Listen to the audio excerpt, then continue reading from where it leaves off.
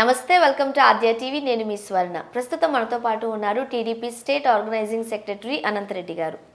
నమస్తే అండి. నమస్తే. తెలంగాణలో ఆల్మోస్ట్ టీడీపీ ఖతం అయిపోయింది అనుకున్న టైంలో, నిద్రాణంలో ఉంది కూడా కాదు, అసలు తెలంగాణలో టీడీపీ అనేది చచ్చిపోయింది పార్టీ అనుకునే టైంలో ఖమ్మం సభ అందరినీ ఒక్కసారిగా ఉలిక్కిపాటుకు గురి చేసింది. అట్లీస్ట్ చంద్రబాబు నాయుడు గారు కానీ టీడీపీ శ్రేణులు కానీ ఇంత భారీ సంఖ్యలో వస్తారని ఎవ్వరూ ఊహించలేదు. సో ఖమ్మం సభ తర్వాత టీడీపీ కొత్త ఉత్సాహాన్ని పుంజుకుంది. మరి దాన్ని ఎట్లా క్యారీ ఫార్వర్డ్ చేసే అవకాశం ఉంది? ఏం లేదు, మాకు ఆల్రెడీ తెలిసిందే. మా పార్టీ మాకు మొత్తం తెలుసు. మా శ్రేణులు ఎక్కడ పోలేదు, లీడర్ వేరు కానీ క్యాడర్ ఎక్కడ పోలేదు. క్యాడర్ ఏంది? ఇప్పుడు ప్రపంచంలోనే 9 నెలల్లో అధికారం తీసుకొచ్చిన ఎన్టీ రామారావు గారు ప్రపంచ రికార్డు సృష్టించిండు. అంటే హిమాయమిల్లున్న రాజకీయాన్ని కూడా తలకిందులు చేస్తూ 9 నెలల్లో అధికారం తీసుకొచ్చి నేనంటే ఏంది అనేది నిరూపించిండు. ₹2 కిలో బియ్యం కానీ, మాండలిక వ్యవస్థ కానీ, ఎడ్యుకేషన్లో కానీ, ఇంటర్నేషనల్ బిజినెస్ స్కూల్ కానీ, ఇంటర్నేషనల్ ఎయిర్పోర్ట్ కానీ, ఇలాంటి ఎన్నో అసలు చెప్పడానికి వీలు లేకుండా ఐటీ రంగంలో సైబరాబాద్ ఒక సిటీని నిర్మించి మిగులు బడ్జెట్ తెలంగాణకు తీసుకొచ్చి ముందు తరాలకు కొన్ని లక్షల కుటుంబాలు ఇతర దేశాలకు జాబ్ చేసుకుంటూ తన కుటుంబాలను కాపాడుకునేందుకు, అంటే భారతదేశాన్ని రాష్ట్రాన్ని కాపాడుకునేందుకు ఇతర దేశాలలో జాబ్ చేసుకుంటూ మన దగ్గర ఇప్పుడు కుటుంబాలన్నీ నడుస్తున్నాయి, జీవన విధానం గడుపుతున్నాయి. మరి వీటన్నిటి కారణం ఎవరు? అదే చంద్రబాబు నాయుడు, అదే ఎన్టీ రామారావు. ఈ విధానం ఇప్పుడు ఎక్కడ చచ్చిపోలే. తెలంగాణ ఎక్కడ మీకు తెలుగుదేశం కనపడితే కాదు, ఈ పనిచేసిన అందరూ తెలుగుదేశం పార్టీలో ఉన్న అభివృద్ధి కార్యక్రమాలను అనుభవించడం వీళ్ళంతా. ఈరోజు 75 నుంచి లక్ష కోట్లు తెలంగాణకు బడ్జెట్ వస్తుంటే ఎవరది? స్వయంగా కేసీఆర్, కేటీఆర్ అసెంబ్లీలో స్వయంగా ప్రకటించారు. ఈ ఘనత చంద్రబాబు నాయుడు దక్కుది, మీ కాంగ్రెస్లో కాదు, ఎవరికి కాదు, ఇది చేసింది వాళ్ళే. అంటే ఇప్పటికి నడుస్తున్న వ్యవస్థ మొత్తం ఆ రోజు తెలంగాణ అంటే తెలుగుదేశం పార్టీ అధికారం ఉన్నప్పుడు 9 సంవత్సరాల పరిపాలన అప్పుడు ఎన్నైతే అభివృద్ధి కార్యక్రమం చేస్తారో అవే మిగిలి ఉన్నాయి. కానీ ఈరోజు వాళ్ళు చేసింది ఏం లేదు. ఒకే ఒక ప్రాజెక్టు కాళేశ్వరం, అది కమిషన్ల కూడా చేసిందే. మొన్న ఈ మధ్య ఉధృతంగా ఫ్లడ్స్ మొత్తం వచ్చినప్పుడు కట్టిన అది టర్బైన్లు అవన్నీ మునిగిపోయినాయి.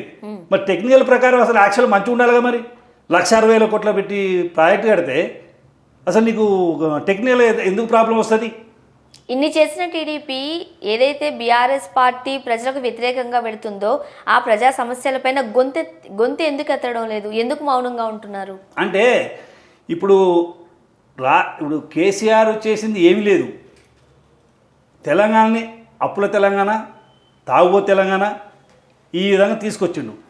ఈ బీఆర్ఎస్ అని ఎందుకు పెట్టిండంటే సెంట్రల్ గవర్నమెంట్కు నిత్యం సెంట్రల్ గవర్నమెంట్ ఎత్తిపడటం, వచ్చే నిధుల్ని రాకుండా చేయటం, అభివృద్ధి కార్యక్రమాలు చేస్తారని చెప్పి ఎండగట్టడం, సెంట్రల్తో పంచాయతీ పెట్టుకొని ఈ నిధులు రాకుండా చేసుకునే కర్మ వీలో పట్టింది. దానివల్ల తెలంగాణ అభివృద్ధి కావడం లేదు. అయితే ఏం చేయాలి? ఈయనతో పంచాయతీ ఇప్పుడు డైరెక్ట్ మోడీతో పంచాయతీ పెట్టుకొని చేసుకునే దానికన్నా వీళ్ళకి వ్యతిరేకంగా పోయి వీళ్ళ ప్రభుత్వాన్ని కూలగొట్టి కొత్త ప్రభుత్వాన్ని తీసుకొస్తే నా మాట సాగుతాయి, నా ఆట సాగుతాయి, నేను అనుకున్న ప్రకారం సాధిస్తానే కుంటు సాగుతోటి ఈ బీఆర్ఎస్ అనే ప్రభుత్వాన్ని నిర్మాణం చేస్తూ దాంట్లో ఆర్గనైజ్ చేస్తుంది తప్ప ఈయనకి ఎక్కడ ఏం లేదు. ఎలాంటి ముందు ఎప్పుడైనా సరే ఇంట్లో గెలిచి రచ్చ గెలవాలి. నీ తెలంగాణ సస్యశ్యామలం అయిందా? ఏ బేస్లో అయింది? అసలు 24 గంటలు కరెంట్ ఇస్తున్నా అంటున్నాడు. ఎక్కడి ఇచ్చిన ఒకసారి చెప్పండి. ఎండీని అడగని ఆయన చెప్తాడు 24 గంటలు మేము ఇస్తలేమండి, మేము చెప్తలేము అంటున్నా ఆయన. వీళ్ళు ఊకదంపుడు మాటలుగా ప్రసంగాలు ఇస్తున్నారు బహిరంగ సభలలో. నిన్న నాందేడ్లో జరిగిన మీటింగ్లో చూసాం. మా తెలంగాణ మొత్తం సస్యశ్యామలం ఉంది. సస్యశ్యామలం అయితే ఎంతమంది రైతులు ఆత్మహత్య జరిగారు?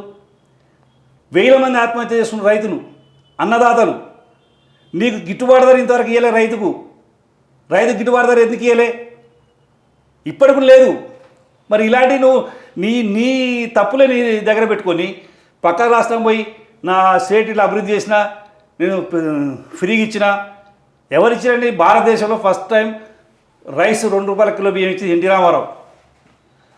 ₹50 స్టాబ్ ఇచ్చి రైతులందరికీ హ్యాపీగా కరెంట్ ఇచ్చింది ఎన్టీ రామారావు. రైతులకు అనేక వసతులు కల్పించింది ఎన్టీ రామారావు.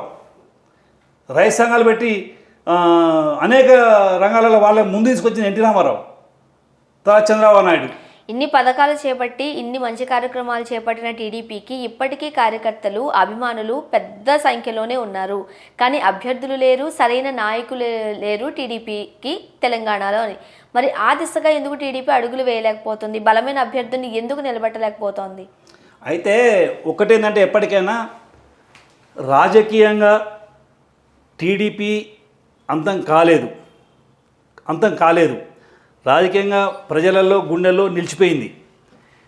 టీడీపీ అనేది మొన్నటి ఖమ్మం మీటింగ్తో బయటకు వచ్చింది.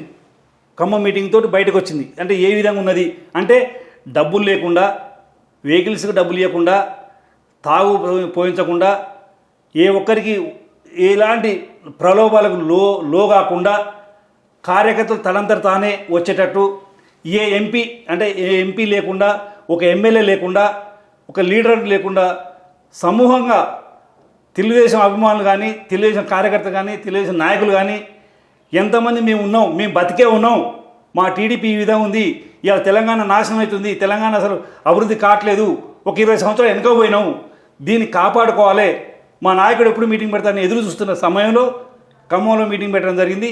మేమందరం బతికే ఉన్నాం, తెలుగుదేశం పార్టీ ఉన్నది, ఎక్కడ పోలే, ఒక లీడర్లు దాకా మిగతా వాళ్ళు ఎవరు ఎక్కడికి పోలేదు. మహామేధావులు అంటే ఉండే కార్యకర్తలు, గ్రామాల్లో ఉన్న కార్యకర్తలు కానీ, నాయకులు కానీ, సెకండ్ క్యాడర్ కానీ అందరూ బ్రతికే ఉన్నారు, పార్టీలో ఉన్నారు.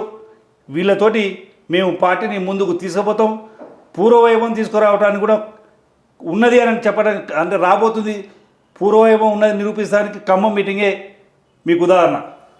తెలంగాణలో టీఆర్ఎస్ బలంగా ఉంది, లైక్ బీఆర్ఎస్ బలంగా ఉంది. సో బీజేపీ, కాంగ్రెస్ కూడా పుంజుకుంటున్నాయి మనం చూస్తుంటుంటే. మరి వీటన్నిటిని ఎదుర్కొని టీడీపీ అదే సత్తాలో నిలబడగలిగే ఛాన్సెస్ ఉన్నాయా? మీకు ఆ నమ్మకం ఉందా? ఉన్నది. మేము అన్ని స్థానాలలో 119 స్థానాలలో మేము పోటీ చేస్తాం.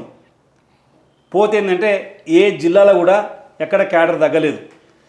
నాయకులు ఉన్నారు, సరైన నాయకులు ఉన్నారు, చదువుకున్న నాయకులు ఉన్నారు, మేధావులు ఉన్నారు, అందరూ ఎదురు చూస్తున్నారు.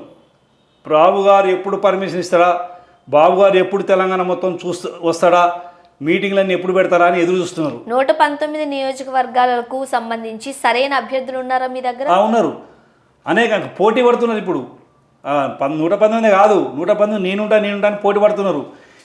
ఇంకా ఒక మాట చెప్పాలంటే బీఆర్ఎస్లో ఉన్న 76 మంది తెలంగాణ ఎమ్మెల్యేలే, ఈవెన్ ముఖ్యమంత్రితో సహా తెలంగాణనే.